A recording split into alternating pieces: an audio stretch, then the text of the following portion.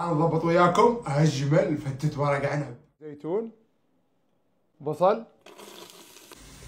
بابريكا وكزبره وبهارات مرق الدجاج، معجون طماط، كزبره وبقدونس، شبت وصواريخ بالستيه، ورزمة ورق عنب مغسوله، عيش مصري مغسول، دبس رمان وعصير ليمون، وشلال من الماء.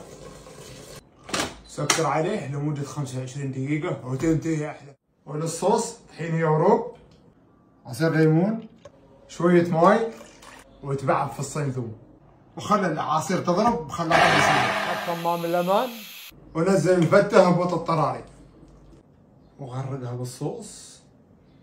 وهذا الشكل النهائي، وسم بالله.